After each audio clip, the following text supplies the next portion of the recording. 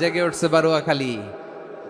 দেখেন, এই তো কয়েকদিন আগেই তো কত বছরের 12 না কত বছরের এক মেয়ে, কত বছর 11, ওই দেখেন সব মুখস্থ দুষ্টগুলার, আর কিছু মুখস্থ না থাকলে এগুলো মুখস্থ।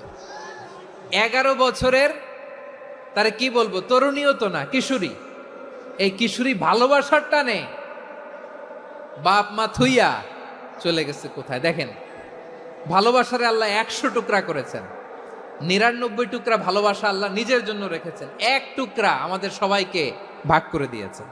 যত পাখি আছে পৃথিবীতে, যত মাছ আছে, যত প্রাণী আছে, যত মানুষ আছে, যত জিন আছে, আমরা সবাই মিলে পেয়েছি ভালোবাসার কয় টুকরা।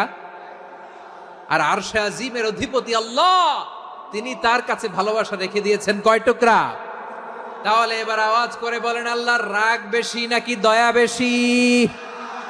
আল্লাহ তুমি দয়ার সাগর, রহমানুর রহিম, তোমার দয়ায় পূর্ণ আমার সারা নিশিদিন। সবাই পড়েন, আল্লাহ তুমি দয়ার সাগর, রহমানুর রহিম, তোমার দয়ায় পূর্ণ আমার সারা নিশিদিন। আল্লাহু আকবার।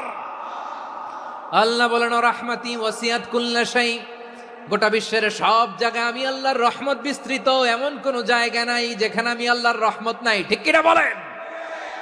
এমন কোন জায়গা নাই আমি আল্লাহর রহমত নাই। আমি আল্লাহর রহমত ছাড়া গাছের একটা পাতা নড়ে না, আমি আল্লাহর দয়ার রহমত ছাড়া গাছের একটা পাতা পড়ে না, আমি আল্লাহর দয়ার রহমত ছাড়া আকাশ থেকে এক ফোঁটা বৃষ্টি ঝরে না। তিনি হলেন রহমান, তিনি হলেন রাহিম। ঠিক কিনা বলে? আল্লাহরে চিনতেছেন? আলোচনার বিষয় কি? আসুন আমাদের রবকে চিনি। তিনি হলেন আর রহমান, তিনি হলেন আর রাহিম। তার দয়ার কোনো শেষ নাই, তার মায়ার কোনো শেষ নাই। বনি ইসরাইলের এক লোক 500 বছর আল্লাহর ইবাদত করেছে। কয় বছর? কোথায় জানেন? সাগরের মাঝখানে এক পাহাড়, ওই পাহাড়ের উপরে বসে 500 বছর টানা আল্লাহর ইবাদত। দিনে আর রাতে একবার করে নিচে নামতেন। সেখানে আল্লাহ তাআলা পাথরের ভেতর থেকে তার জন্য মিঠা পানির ব্যবস্থা করে দিয়েছেন, আর একটা ডালিম গাছের ব্যবস্থা করে দিয়েছেন। সকালে নামলে একটা টসটসে ডালিম, রাতে নামলে টসটসে ডালিম। এগুলো খেয়ে খেয়ে 500 বছর সে আল্লাহর ইবাদত করেছে। আর সে আল্লাহর কাছে বলেছে, আল্লাহ আমি যখন মারা যাব সেজদারত অবস্থায় যেন মারা যাই। ঠিকই আল্লাহ সেজদারত অবস্থায় সাইয়েদনা আজরাইলকে পাঠিয়ে দিলেন। সেজদারত অবস্থায় লোকটা মারা গেল। 500 বছর ইবাদতের পরে আল্লাহর দরবারে কিয়ামতের কঠিন ময়দানে যখন লোকটা হাজির হয়ে যাবে, আল্লাহ বলবেন, আদখিলু আবদি আল জান্নাতা বিরহমাতি, আমার বান্দাকে আমার দয়া, আমার ভালোবাসা দিয়ে জান্নাতে ঢুকায়া দাও। 500 বছর ইবাদত করছে তো আমার দয়ায় আমার বান্দারে জান্নাত দাও। এই বান্দা বলে, বালবি আমালি, আল্লাহ তোমার দয়া লাগবে কেন? আমি আমার আমল দিয়ে জান্নাতে যেতে চাই। কি দিয়ে? কথা বুঝে নাই বোধহয়। আল্লাহর এই বান্দা কি দিয়ে জান্নাতে ঢুকতে চায়? আমল দিয়ে। আল্লাহ বলছে, আমার দয়ায় আমার বান্দারা জান্নাতে নিয়ে যাও। ফেরেশতারা এ বলে, আল্লাহ তোমার দয়া লাগবে কেন? সেজদা তো কম দেই নাই, জিকির করতে করতে 500 বছর শেষ করে দিলাম, আবার তোমার দয়া লাগবে?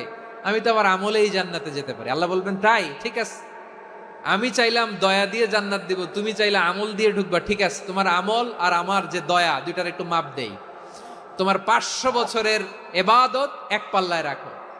আর আল্লাহ বললেন, আমি যে দয়া করে এই দুনিয়ার নাজ নেয়ামত বিউটি সৌন্দর্য দেখার জন্য তোমার 2টা চোখ দিয়েছিলাম, 2টা নয়, একটা চোখ আরেক পাল্লায় রাখো। রাখা হবে, দেখা যাবে ওই 500 বছরের ইবাদত হালকা হয়েছে, আর মুহূর্তের মধ্যে আল্লাহর দেয়া একটা চোখের নেয়ামত ভারী হয়ে গিয়েছে।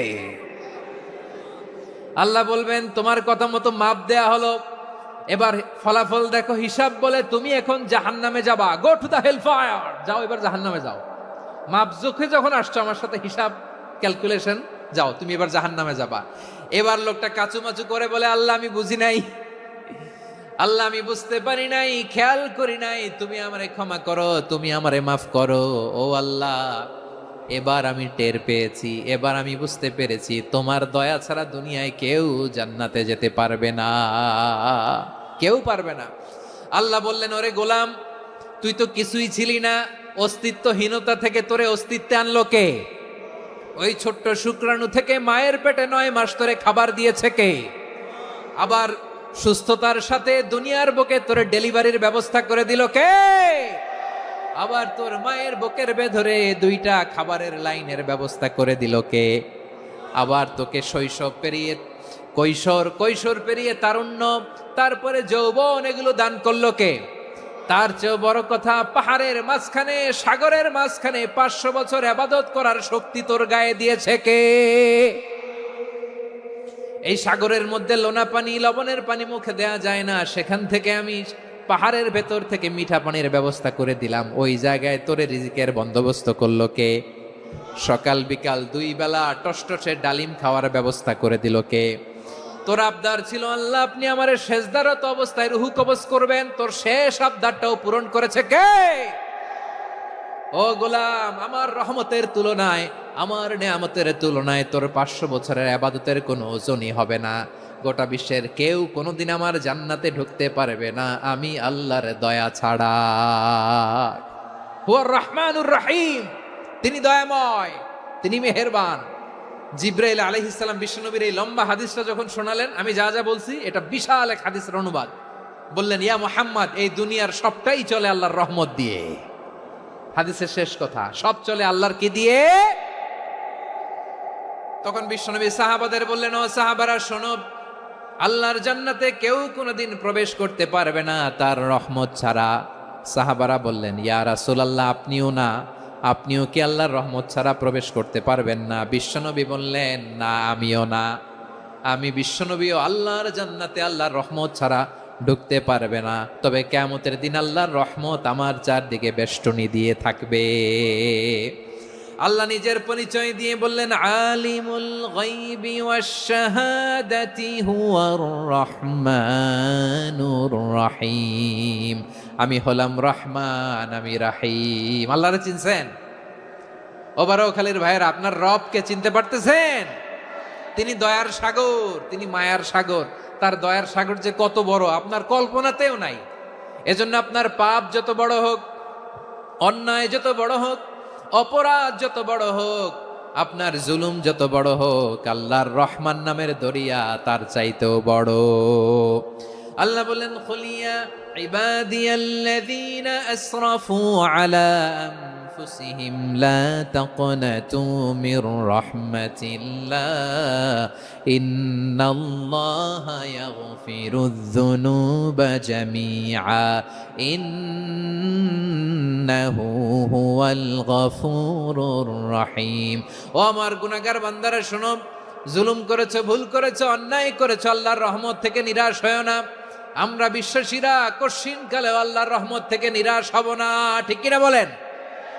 আল্লাহর রহমত থেকে নিরাশ হবেন? ভুল করে ফেলছেন, আরে ভুল তো সবাই করে। পাপ হয়েছে, আরে পাপ তো সবার আছে, আমরা সবাই পাপী, সবাই পাপী।